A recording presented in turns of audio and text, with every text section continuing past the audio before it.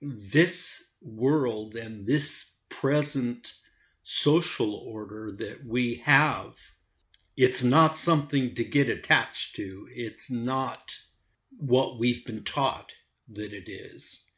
And it's actually very oppressive for us. And again, I want to go back and bring forth the understanding that all of this has its roots in our state of consciousness that is an age-old state of consciousness that we all have been moving in. This state of consciousness, which I call Adamic, based on the biblical portrayal that happened in the Garden of Eden when Adam awoke to this state of consciousness, is primarily based on two functions and orientations to life. And one of them is the dualistic viewpoint of life that has become very active in our minds. And the other is the sense of separation from all of life, from God, from our fellow man, from even ourselves, alienation from ourselves. And it is out of this sense of separation that we all have instinctually clicked into an orientation to life based on human strength alone.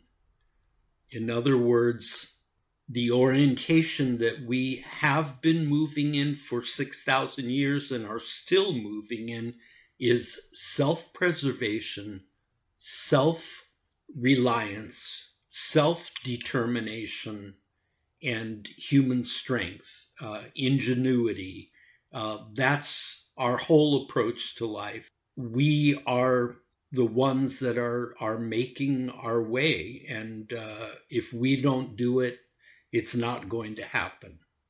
And that is an orientation to life that has been constant for us.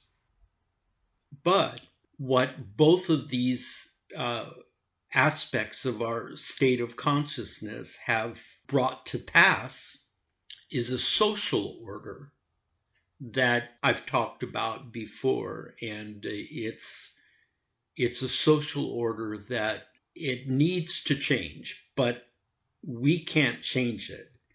It needs to change through the evolution of consciousness and through the moving into a different orientation, because our social order is directly based on our human strength and our human ability to make our own way. And this social order, which I've talked about before, has two different elements of society. One is a privileged elite element that is largely insulated from life's problems and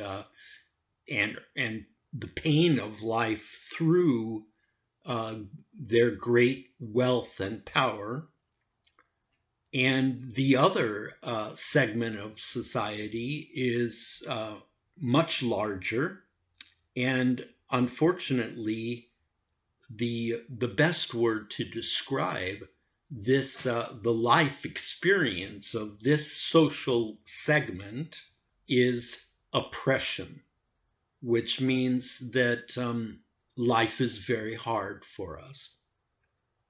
But as I spoke in another talk, we tend to be in denial about how hard it is for us. We're very resilient, and we want to believe the best, and we want to make the best out of our situation rather than go through life feeling like it's so hard that there's no goodness to it.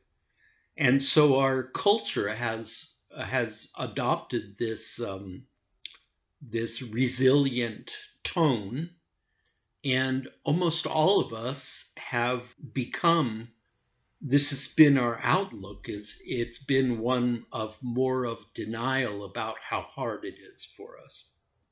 This has actually very much served to perpetuate things, because the main impetus that is going to bring change is truth. We want to see the truth in order that we will desire a better life, a better social order, and a better overall life experience. The truth is that life is hard, but up until now, it's been too painful for us to admit that.